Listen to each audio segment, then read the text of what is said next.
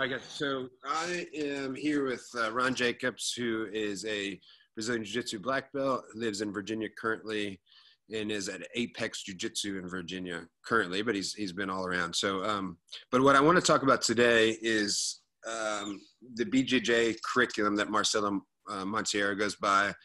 But even if it's not his, just a BJJ curriculum in general. And the reason is because I think some gyms that don't have a curriculum, which is most, to be honest. I was one of them too. I was under Hoist Gracie, and I didn't have one for a long time. Most people don't have it, so they don't understand it. They may make fun of it. They don't know what it is. And that's kind of what I want to do today, is explain what it is and why it's important and why it might make an impact on somebody that's just starting jiu-jitsu. So, Ron, we've been training together off and on, and you've been training since the early 2000s, right? I think maybe in the 90s, but I'm thinking 2000. Yeah, around 98 is when I started grappling, but I really started learning jiu-jitsu from you with your team around 2000. Yeah, same, I think exact same story. I think I started grappling, and I call it grappling because I didn't have an instructor or even wear a gi half the time, probably 1997, 98. But so that's a prime example. So I would say from 98 until 2004, I was just like every other jiu-jitsu guy in the world. I had no roadmap to go by, no curriculum per se. I was under Hoist Gracie, I guess, as were you, because we're kind of the same, right? And then 2004, I made the switch to Marcelo Monteiro. And then it wasn't really in 2004, it's actually a couple years later, but he created a BJJ curriculum from white to black to kind of help you go by. So you were with me and with other teams and stuff all the way up until that date. So how did having a curriculum change anything, or how did having a curriculum change the way that you teach people now as a black belt?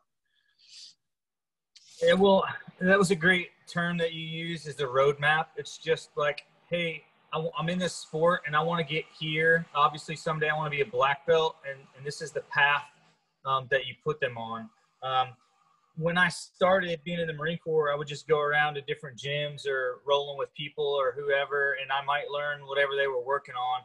But there was really a lot of holes in my game, positions I didn't understand. I didn't know details that I was missing, because it was just like, I get to the back and, you put a choke on or whatever, those like basic few moves that, like arm bars, chokes, just super basic stuff. But it really wasn't very complete. So when I would roll with people that studied jiu-jitsu, I'd have a really hard time because their game was so much more complete than mine. So when I came on board with you guys and you really showed me the curriculum, it just made my game a lot more complete, where maybe I just never played like a half guard before. Now I have some things that I can do to at least survive in half guard and escape or something like that, where I may have never gotten to that position before at all. So it really opened up a lot of stuff to just give me a more complete game.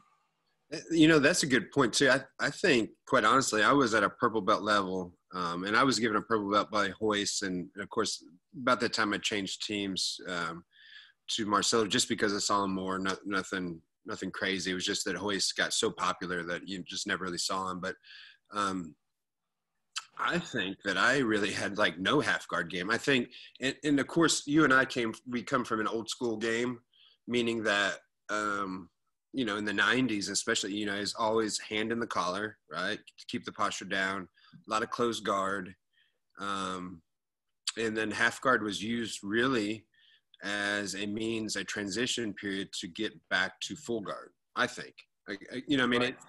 Guys like Salo and Gordo and stuff like that, they kind of evolved the half guard game to where it became what it is now. Now it's a really offensive position and really a deadly position, to be honest, right? A lot of people jump half guard now, especially no-gi. Go to half guard and you're hitting leg locks and stuff. But in the old school game, it was like that was only – you're trying to make sure somebody didn't mount. You couldn't recover your full guard, so you got the half guard, and then you went there. But that's a good point, because I had no reason for all that time to really learn half guard, because I had a couple passes that worked, right? And maybe, I don't think I really even had some sweeps. I just got back to what I was good at, and then I kind of looked okay. So, I was a good purple belt, I think. I mean, everybody thinks they're good, but I just know that I rolled at Hoist Gracie seminar with, like, let's say in North Carolina, 75 purple belts. It might be exaggeration, but it was a lot. And I did well. So I felt confident in my game. I mean, I think I either tapped or went to draw with nearly everybody. So, like, and I only say that because I was like, well, man, I feel really confident where I'm at. Like, how a lot of times you get a belt and you're like, I don't deserve it. I was the same until I rolled with all these people. I'm like, hey, maybe I'm not so bad, right?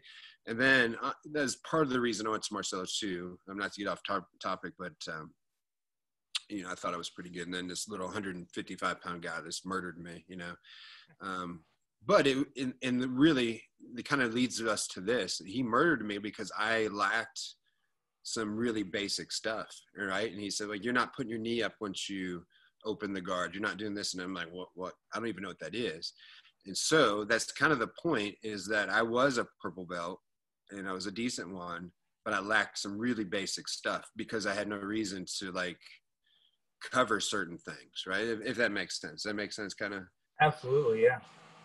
And to go on that, like, so a little story that I got, two stories here really, and I'll go real quick, but I'm sure you have some of your own, but, like, so we started doing this curriculum, and then, I wasn't sure if it was good or not, but I, as an instructor, so this was probably 2009, and we talked a little bit about this before we started recording here, but I had two guys that were white belts and been rolling approximately 8 months, and they came about the same time. And they went with like 4-stripe blue belt and a purple belt in a tournament. We're just kind of I think we're in absolute or open weight, or there wasn't a lot of people. It's kind of an in-house tournament. Both of them beat blue belts and purple belts at 8 months. So at 8 months, I was like, maybe there's something to this curriculum thing, right? Like, because they were doing things straight from what we call white to blue. We call a mountaineer sweep, which is essentially a hip bump, and just some basic guard stuff. But anyway, like, they were up all these points by doing really basic stuff. But my thought process was, at that point, was like, wow, okay, we chose the right path. There's something to this curriculum. I'm going to really jump on board now. I was on board, but I was not sure. But after I had two guys that at 8 months just beat, either a high blue belt or a purple belt, like, holy crap, there's something to this. And then looking back now, after all these years, so that was 2009. Here, obviously, we're in 2020 now.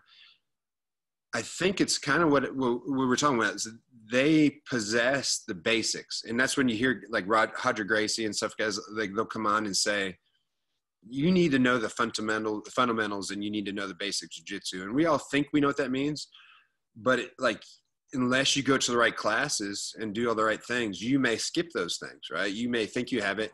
And I know plenty of purple belts, and that was a prime example of the tournament. They were they're chaining submissions together. They had some wicked open guard, they had this and that, but they lacked some really basic skill. And my guys just happened to expose those really basic things, and avoid the other things that the other guys were good at.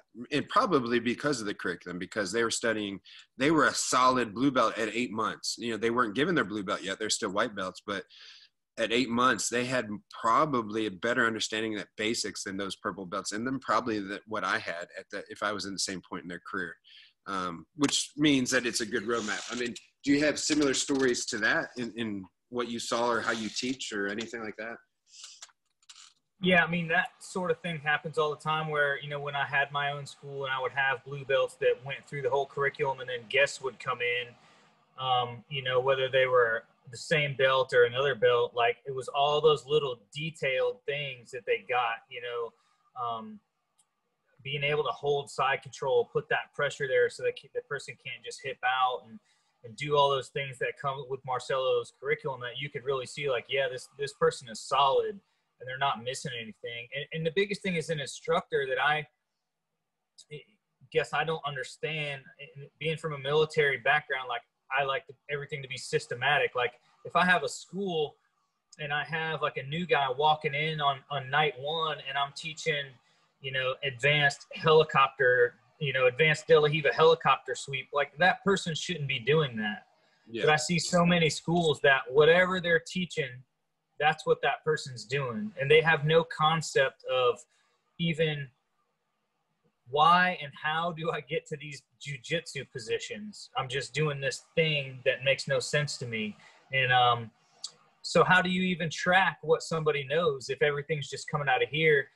And on that note, like I see that a lot of times it's, if that instructor is good at something, there might be a lot of emphasis put in that area and not so much emphasis put on other areas because they're not good at it, or that's not their game. Maybe they are good at it, it's just not their game. But we're all different. There's so many variables, person to person, human to human. There's stuff in our curriculum that you've showed me that I can do. I just don't use it inside my game, and that's okay. I know how to do it. Yes.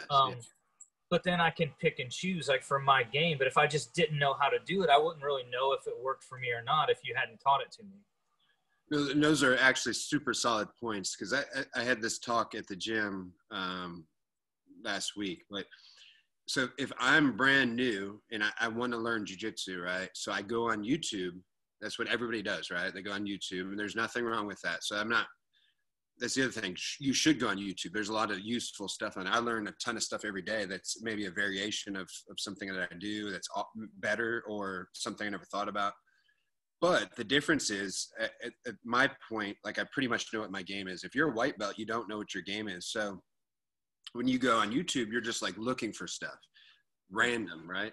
So the point that I made the other day, and this used to happen in our gym all the time, that we have a bunch of people that were into Eddie Bravo, right? Because maybe they liked the lifestyle that he lived, or they liked the way he talked, or just anybody, right? It could be like, you could pick anybody, Keenan Cornelius, Gordon Ryan, Tom DeBlass, on and on and on. But those guys might not be your game. So you're going and you're picking and choosing. Just stick on the Eddie Bravo thing. You're doing rubber guard. You're doing lockdown and stuff, but you have no basics down. So like, you're wasting in essence a bunch of time, because that stuff's going to be useful. Maybe it's going to be useful 2 years from now, by the time you can actually use it. So now, in the meantime, you put all this time and effort into learning something that's semi-advanced, and you have no concept of basics. Like I hesitate to show people lockdown. There's nothing, I love lockdown, right? But I hesitate to show people sometimes, because I think it teaches some people to be flat on their back early on. I would prefer that teach them some other stuff where they're getting like the proper frames and they're getting on their side, rather than throwing on lockdown and being flat on their back. Because as a white belt, if you get it used to that, it's going to be really hard to break that habit. Like you don't understand why I need to be on my side, because this is working or that's working, right? So it's the way I think.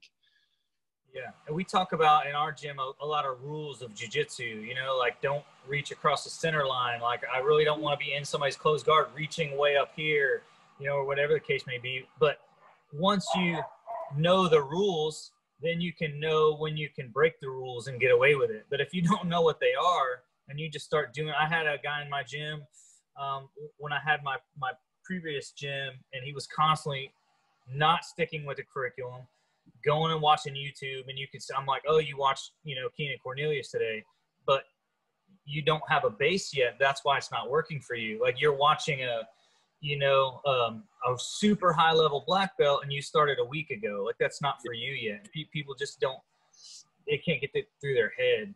Sometimes it's hard. It is hard. I mean, even on that, besides the curriculum, I remember buying all these DVDs and VHS tapes when we were young, right? There's no such thing, and then I would be like, I'd learn maybe one move off a 5 VHS set, right? And I'd like, that was a terrible instructor. And then 3 years later, that whole set was like awesome, because it's finally in my game. I wasn't at that, level at that particular time. Right. Those are the things that helped me learn why this is important now.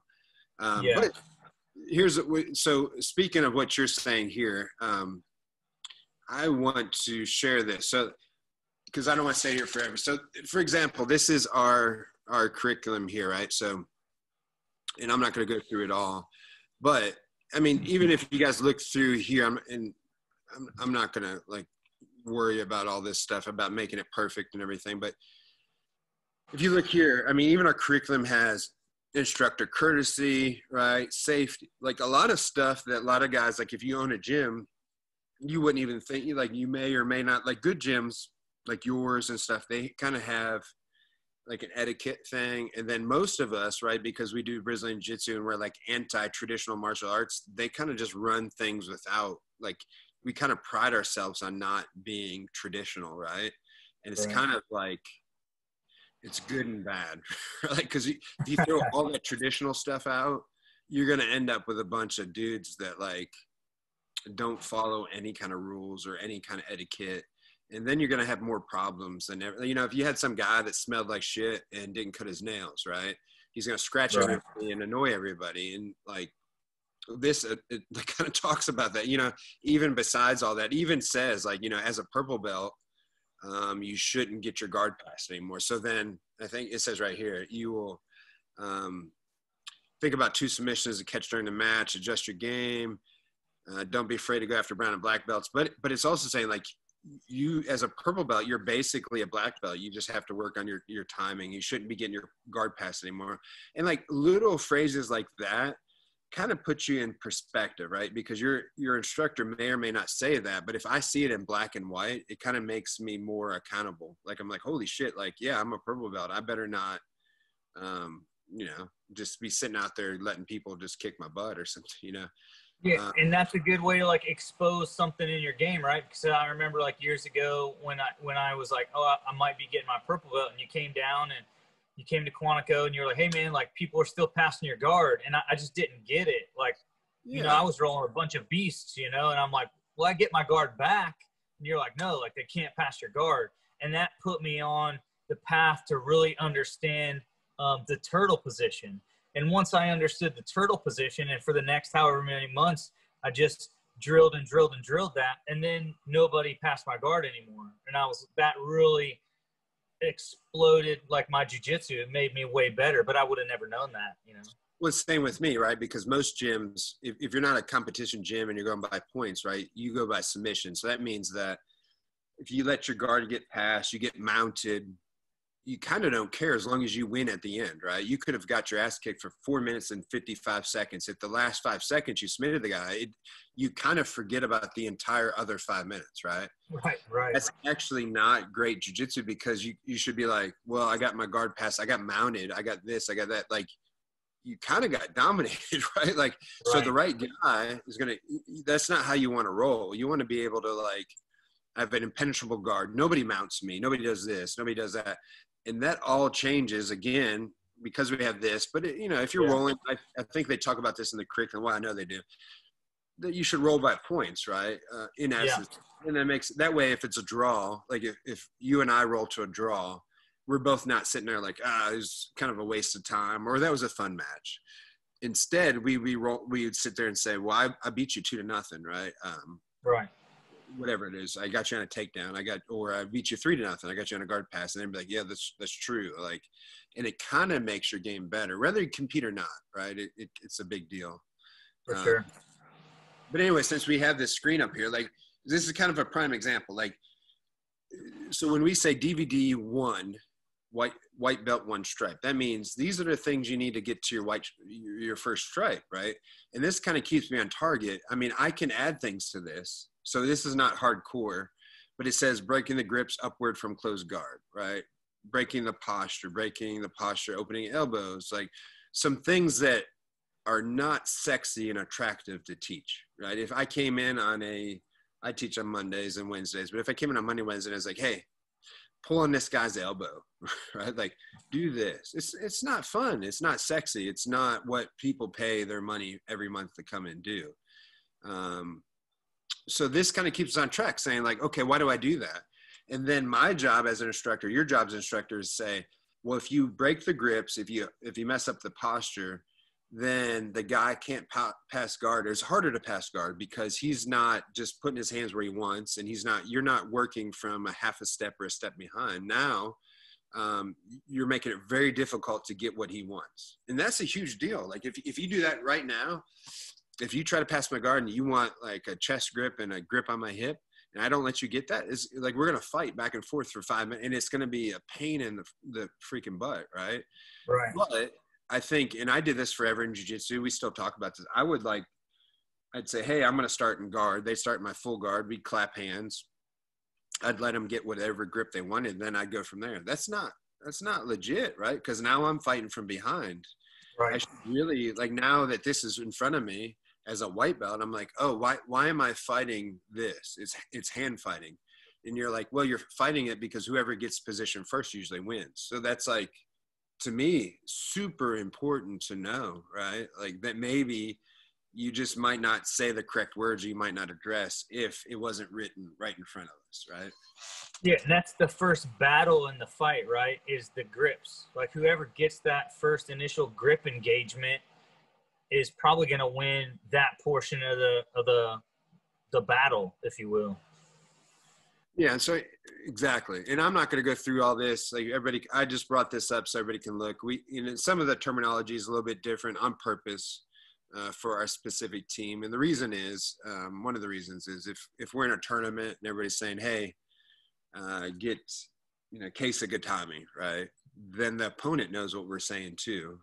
So if I say get scissor side control, then potentially they don't know what we're talking about. It's the same word, right? They'll say reverse scissor side control for reverse case Gatami.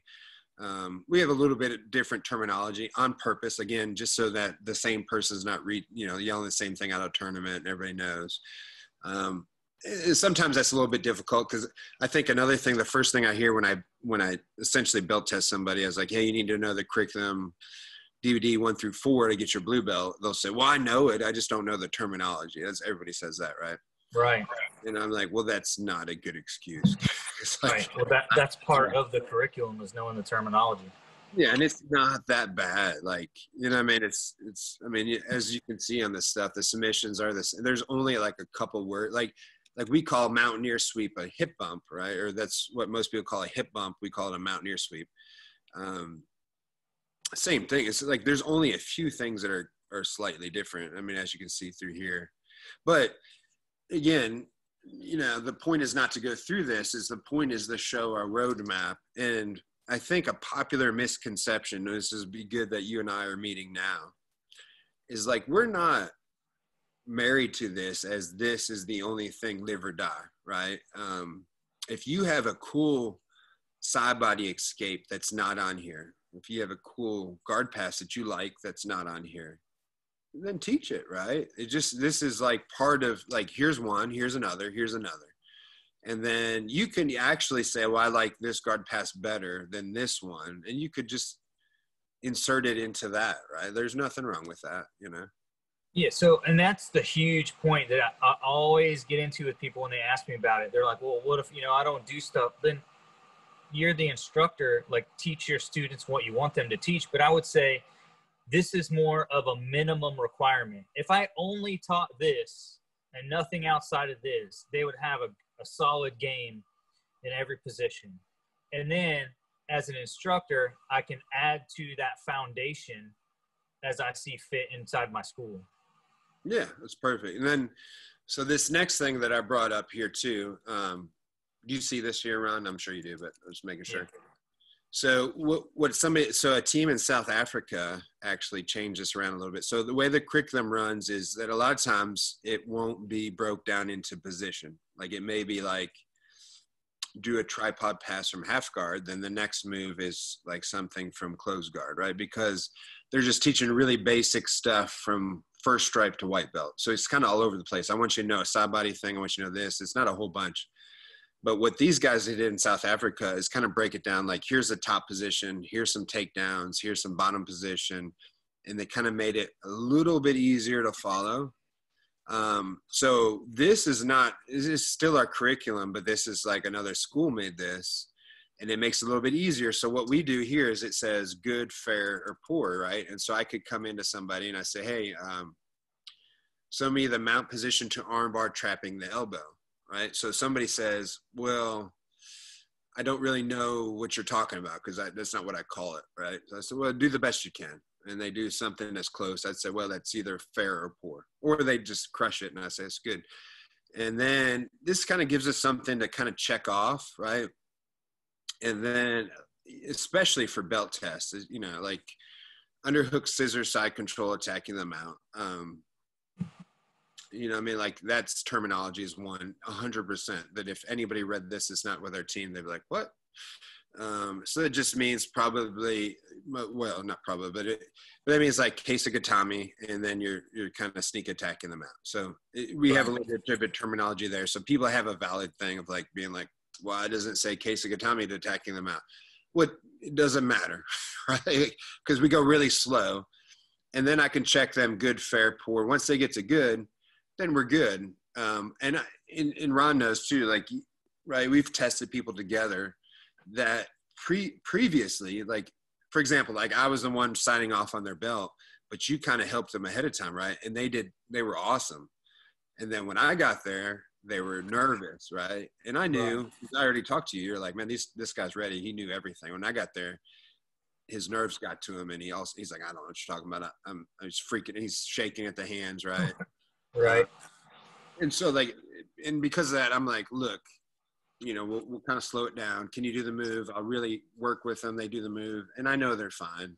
And that's the other thing. It helps me because now when they so-called test, I'm not like, this guy's awful. Like, you know what I mean? I know that it's nerves that really shut them down. And that happens, right? Like we're all a little bit different. Some people excel under pressure, and some people fold under pressure. Especially a belt test, right? It means a lot to some people. And so if they fail, like I know for a fact that we've went through this before, and they're okay. They're not crappy, because that's the other thing. Just because you know this, you still have to perform it live, right? Yeah. We talked about, like, all right, if you're going to do a basic Kimura from side control, why are you getting this? What mistake was made? We talk about all those things, and having it written down like this, basic Kimura from side control, I can sit down and say, why did you get the Kimura from side control? What mistake was making? What led you to that position? Then we can have a talk and get there. I mean, do you find that same? I feel like I'm talking too much, but do you find that same thing? No, for sure. Everything makes perfect sense, and that's why I love it. And also because, like, I see in a lot of schools, again, it's just kind of whatever the instructor wants to teach.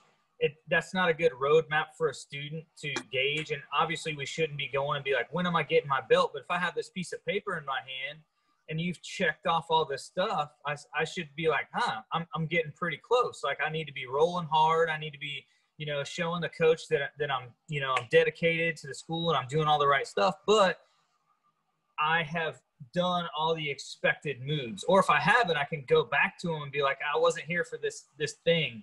Right? Can you show me what it is? Otherwise, like you have so many students in your school, I don't know how you would track it otherwise. And then it just kind of goes to how they roll against another student. Yes. And sometimes that's not really fair. You know, if you have somebody that's older, they have some injuries, or maybe they're smaller, you know, you have a bunch of beasts in your school, and maybe you have like one female, and, you know, she might never be as athletic or as strong, depending on who it is. And nothing against women, like there's some awesome jiu-jitsu women out there, but it's not fair to compare her with somebody that's just, you know, they're 6'4", they're 250 pounds. Like she can't do a Kimura to them because they're just too big. And then if I don't know what I've taught her, how do I have anything to compare to other than watching her roll with somebody else? You know what I mean? Yeah, no, that's perfect, because that's a great point. This gives you an accurate assessment, accurate record of what your members or students are doing, right? And you can keep track. You can actually tell somebody, right? Sometimes if I tell you, hey, you're not doing good at this move, and you can be like, yes, I am, right? But if it's written black and white, and you say, well, then do it. You kind of give. So I think here's the thing with, and this is just an opinion, right? I think Brazilian Jiu-Jitsu is so anti being traditional that sometimes it's a hindrance. And I am 100% with the anti-tradition. Right. You made a good point that with the military, you're all about structure and stuff like that. I think there's a happy medium with both, right? I think what you're saying is perfect. And I think over the years, what I found out is you can be so anti-tradition that you're shooting yourself in the foot. There's a reason that the traditional martial arts do what they do, right? There's a reason they belt test, and there's a reason that they act the way they do, and that there's discipline. Those aren't bad things, right? I don't want to necessarily call somebody master. I don't want to necessarily count to 10 in Japanese. I don't want to do there's a lot of things that I think are hokey that and again, I'm not knocking on those people and just saying it's not me. However, why would I not keep accurate records that I can go by and have a roadmap for my members or students to follow that'll help them progress to the highest ability? Like I said, without this same thing, because I've done both. I've had guys that came for 5 years and weren't a blue belt. I've had guys that came for 10 years and were stuck at the same belt. But with this roadmap, there's kind of no excuse. Like, and let's end with this. Let's make this point, I think, is that none of us are saying that this is the end all be all, right? You're not saying that. I'm not saying that. So when this was made, let's say it was made in 2006. I honestly don't know, but that's when those moves were the shit, right? So if it's 2006, let's say that everything in that was the most cutting edge jiu-jitsu. In 2020, it's not, right? There's a lot of things that I would do on the DVDs now that would get me leg locked or other stuff, right? Because things have changed. Does that mean the curriculum is trash? No, it means that it's ever evolving. And that's an example of me saying, hey, here's this move. Nowadays, we have to do it this way to avoid this. So as an instructor, I also have to improve. And that's fine. That's what jiu-jitsu does, right? Like, unless I had that roadmap too, because sometimes you don't even know that things are changing that mat. Like what I did in the 90s is not what I did in the 2000s. What I did in the 2000s is not what I did in the 2010s. Like, my game is always changing, right? Like, it's always, somebody could come in the gym and just kick my ass tomorrow with stuff I've never heard of. And then I'm like, then all of a sudden that's my game. You know what I'm saying? Yeah. But I can add that in. So can you, so can I.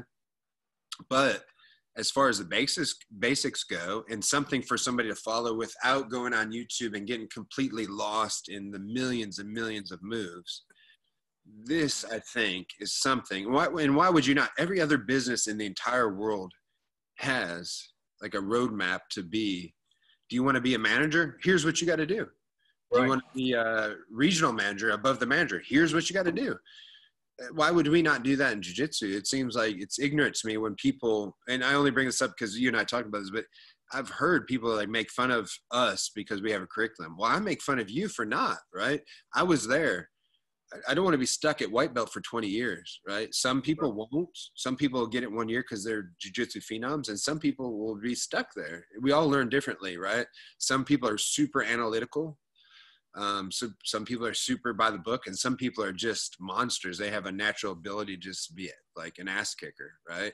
So we shouldn't make people suffer because they have different learning, right? This gives us the ability to keep everybody on the same page, and hopefully, also as an instructor, I think you made a good point before we got on here. Maybe I'll let you expand upon it. You said, how do you keep track as an instructor, right? That's a good point. We'll finish with that. What do you think? How does that help you keep track with everything? Well, first of all, it puts a lot of the onus on the student, where if I have 100 people in my gym, I don't have to keep track of everybody because they have a logbook and they can keep track of it. Like, hey, if you miss something, let me know and I'll get you caught up. I want you to be, on par with your peers. The other way that I see it done sometimes, and this makes me wonder, is by classes, right? Like, hey, if you get 40 classes, you're going to get, whatever, a stripe. I don't know how many classes, but what if you showed up to 40 classes and they were all on the bottom, right? Yeah. Like, because as if I'm just keeping times, I have no idea what I taught and everything was on the bottom. And now I have zero comprehension of any kind of top game and nothing's being tracked. That's why I don't know how. And again, I'm not super smart, but I don't know how somebody keeps up with that stuff. This curriculum makes it so much easier because I can see right there in black and white what I've shown you, what you've mastered, what you haven't mastered. But I think you brought up a great point too. It's not the end all be all. Like, we're still learning. And if you want to stick around in jiu-jitsu, you need to be that eternal student. Like having a whatever color belt doesn't mean I'm not a student anymore. Yeah. I should always be learning. Well, yeah, that's a good point. As a black belt, I feel like I started all over. Right? I'm sure you feel the same, right? I thought the pinnacle was getting the black belt, and I got the black belt, and I'm like, holy shit, I don't know anything. Right? It's not true. Right. I think that's part of us as being an eternal learner is that feeling, which is good, right? No, so those are great points, and we'll cut it short here. That way, it's whether people are listening to this or watching or whatever, it's not too long. But I would think the last point that I'll make is that if you're not doing this, it's okay, right? We're not saying that you have to do this, because obviously Ron and I have also been part of a million gyms and that have not done this, and it's been fine, right? Everybody finds their way and they do good. But I also think if you have the tools that may help you progress, you should give it a shot, right? That's all that I'm asking for people, especially our gym. I think this video is more for, definitely for people at our gym, but I think for other gyms that, like I said, I heard a rumor that other gyms can, they heard we had curriculum, like, well, that's dumb. And I think it's more because jiu-jitsu guys have a tendency to make fun of traditional martial arts people for right or wrong, right? It is what it is. Like, look, I do some traditional martial arts too, but I'm not going to say I'm not guilty of making fun of certain things, because I am. But I have a lot of admiration, and I give them a lot of credit for things that where our Brazilian Jiu-Jitsu people kind of scoff at, really. And I think that's the thing that you shouldn't. What we're looking at now as a curriculum is exactly what traditional martial arts people do. And I think that's why people make fun of it. So what we're saying is, look, no, you're not going to get a blue belt by counting to 10 in Japanese. Okay. And again, I'm not making fun of anybody. I've been part of karate, and I did some katas and counted to 10, and I got a yellow belt, right? That's not what's going on here. We're just telling you, you need to know these positions. You need to know 2 passes, 2 escapes, 2 blah, blah, blah. Some very basic stuff. And this is not the end all be all. Jiu-jitsu constantly evolves. We need to evolve with it. So even though some of our curriculum may be older, then the instructor can update that and go from there. But this gives us a roadmap to get to blue, to purple, to brown, to black. And we can update that roadmap. And it's a helpful tool for everybody in the gym, including the instructor. So anyway, we'll end with that. I think that you've done a good job and explain that to people. And that's where we can be, I think. Do you have anything closing with that? Go ahead. I'm sorry. Just the last thing I want to say is, yes, we have a curriculum and I can know all those techniques, but I still got to step on a mat and prove it. No, that's a great ending point, because ultimately that's what changes jiu-jitsu from traditional karate, right? That's actually the part that everybody makes fun of, right? Is because just because you can count to 10 Japanese and do some katas doesn't make you what you are. And what separates jiu-jitsu from the other is I've got to prove it. That's the good and bad, right? There is bad, because I can be 60 years old, and you're going to tell me I'm not going to ever get my black belt because I can't be an 18-year-old. Sometimes that's the bad, right? But this kind of gives us an opportunity to combine them all, because I can say, hey, that 60-year-old guy really knows his stuff. He's just 60. He just can't do whatever he can do. So anyway, I think that's a great point. I think that we have a great tool at our expense that people maybe don't take advantage of. You and I, since we've had both, we've been lucky enough to learn from our mistakes. And so that's kind of what I wanted this to be about, is 2 guys that have been practicing since the 90s to tell them, hey, there's something out there that might help you without just jumping on YouTube. And you're still welcome to jump on YouTube, but let's stay on course, right? So anyway, I appreciate it. We'll do some more of these. Man, you did awesome. That's some good insight. I think we're probably, let me look here, just out of curiosity, we're probably at 30 minutes, way longer than I wanted to go, 40 actually. So that's okay. We got it. I appreciate it. You have a good night. And all right, man. Go drink some beer. All right. Have fun. Be safe. All right. See you, buddy. All right, Thank you. later, man.